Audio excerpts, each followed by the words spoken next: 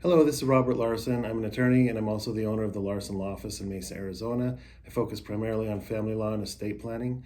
And today I want to talk about some of the misconceptions that I frequently see when it comes to legal decision making.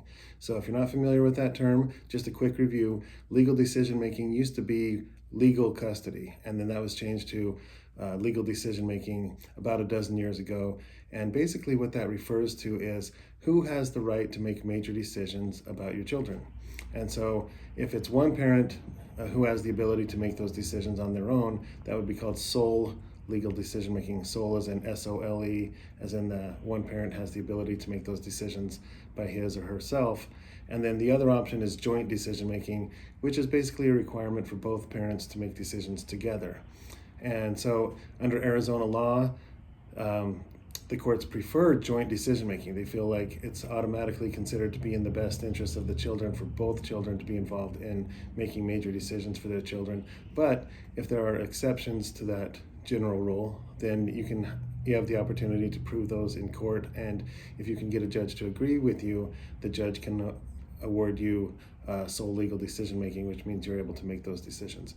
However, I see a lot of misunderstandings about this, and so let me clarify a few of those. First of all, legal decision making only affects major decisions such as healthcare, education, and things of that nature. And so, if the parents have a dispute about where to send their children to school, or whether a child should be involved in a specific program at school or things like that, that is affected by legal decision making. However, your day-to-day things aren't really affected. So, for example, just because one parent has sole decision making authority, that doesn't mean that the other parent is not allowed to participate in school or talk to teachers or get report cards or participate in parent-teacher conferences or get notices from the school or pick up the children from school and things like that. So a lot of times people think if they have sole decision-making authority, then the other parent is not authorized to have any contact with the school. And so they don't list the other parent as a contact for the school, and so then the school believes that they're not allowed to give information to the other parent, and that's just not the case. So generally, it's the opposite of what a lot of people think. A lot of people think, like I just said, that if one parent has sole decision-making authority, then the other parent is completely cut out of the picture.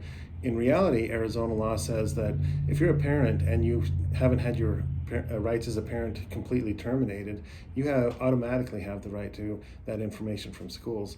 And for the schools to prevent you from having information, there would have to be an order from a judge specifically stating that the schools are not to give you information. So that's one misconception I see a lot.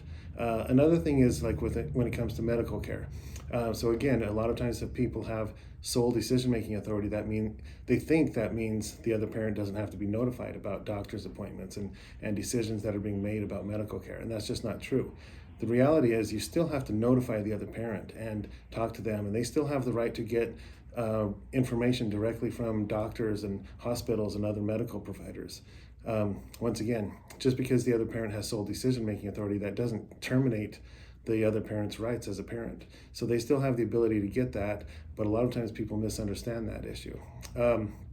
Legal decision-making does not prevent the other parent, I should say sole decision making, does not prevent the other parent from being able to authorize emergency medical care. So if you don't have any legal decision making rights and the children are with you and there's some kind of emergency, you of course have the ability to authorize medical care in that circumstance. And then of course you would notify the other parent as well so that they could get involved and make whatever decisions need to be made. But any emergency is always able to be taken care of. And also the day-to-day things. For example, what food to eat or what time to go to bed and things like that. Even if you don't have any decision-making rights, you still have the ability to make those day-to-day decisions that come up when the children are with you. Another thing that a lot of times people don't understand is sole legal decision-making authority. Sorry for the noise. Wait a second.